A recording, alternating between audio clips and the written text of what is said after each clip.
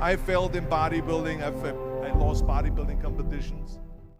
I'm telling you, I've never ever had a plan B.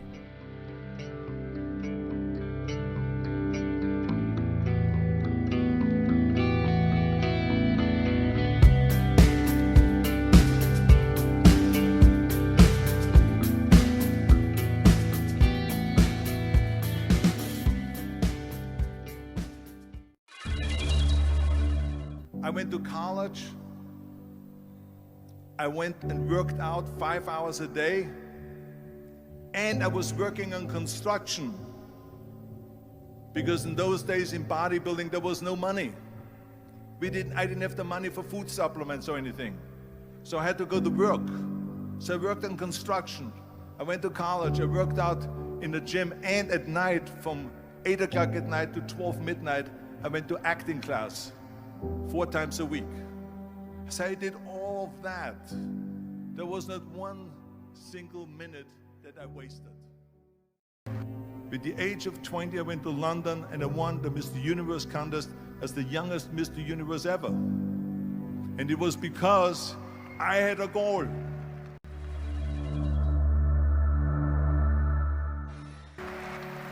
You see, if you don't have a vision of where you go, and if you don't have a goal where you go, you drift around and you never end up anywhere. 74% hate their job in America. The majority of people don't like what they're doing because they're really not doing it because they didn't have a goal and they followed this goal. They just aimlessly drift around, and then all of a sudden there's a job opening, so they get that job because you have to work. But then when you work, it's a chore. It's work. It's not fun. So if you think about, only a quarter of the people really enjoy what they're doing in life. So people always ask me, when they saw me in the gym in the pumping iron days, they say, why is it that you're working out so hard? 5 hours a day, 6 hours a day, and you have always a smile on your face. The others are working out just as hard as you do, and they look sour in the face. Why is that? And I told people all the time, I said, because to me, I'm shooting for a goal. In front of me is the Mister Universe title. So every rep that I do gets me closer to accomplishing that goal, to make this goal, this vision, turn into reality.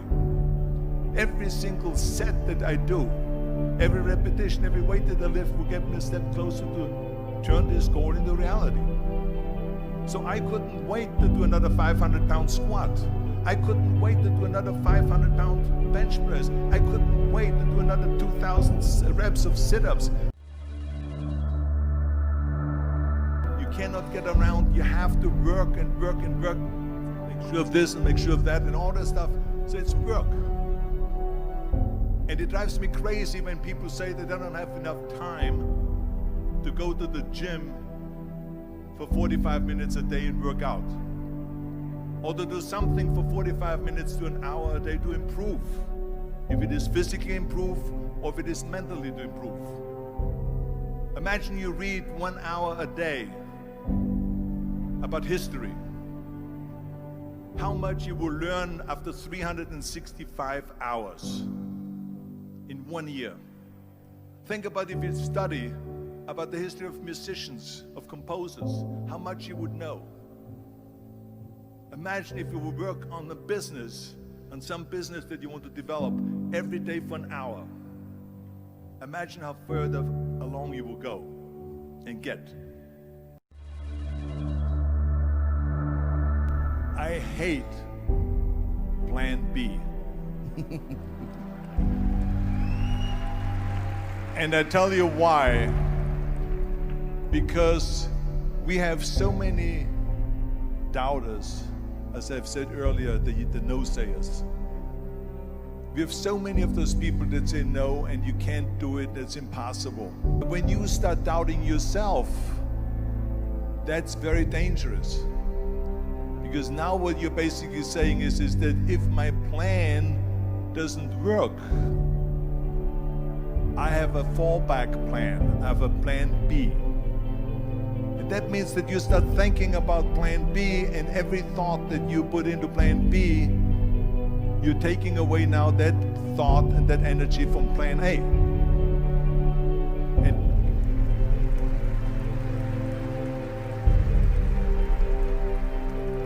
And it's very important to understand that we function better if there is no safety net, because plan B becomes a safety net. It says that if I fail, then I fall and I get picked up and I have something else there that will protect me. And that's not good, because people perform better when there's no safety net. People perform better in sports and everything else if you don't have a plan B. I'm telling you, I've never ever had a plan B. I made a full commitment that I'm gonna go and be a bodybuilding champion. I made a full commitment that I'm gonna be in America. I made a full commitment that I'm gonna get in the show business and I'm going to be a leading man. No matter what it takes, I will do the work. I will do the work over and over and over until I get it. And the same was in politics and everything like that. So to me, it is very dangerous to have a plan B, because you're cutting yourself off from the chance of really succeeding. And the reason, one of the main reasons why people want to have a plan B is because they are worried about failing.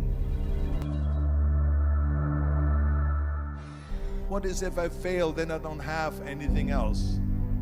Well, let me tell you something, don't be afraid of failing, because there's nothing wrong with failing. You have to fail in order to climb that ladder. What is not okay is that when you fail, you stay down. Whoever stays down is a loser.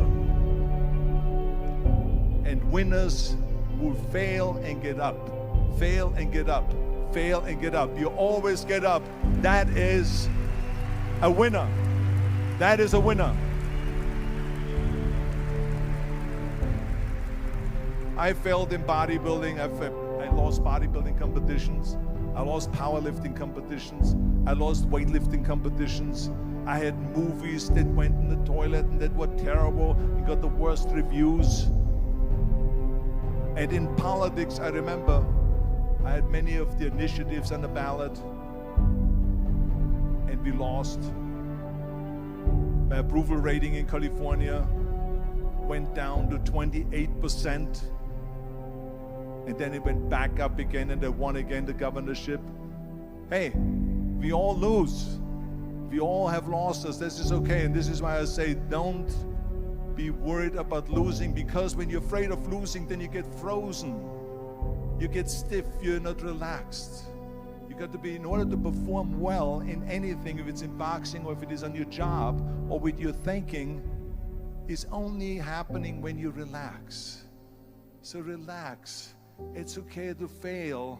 Let's just go all out and give it everything that you got. That's what it is all about. So don't be afraid to fail.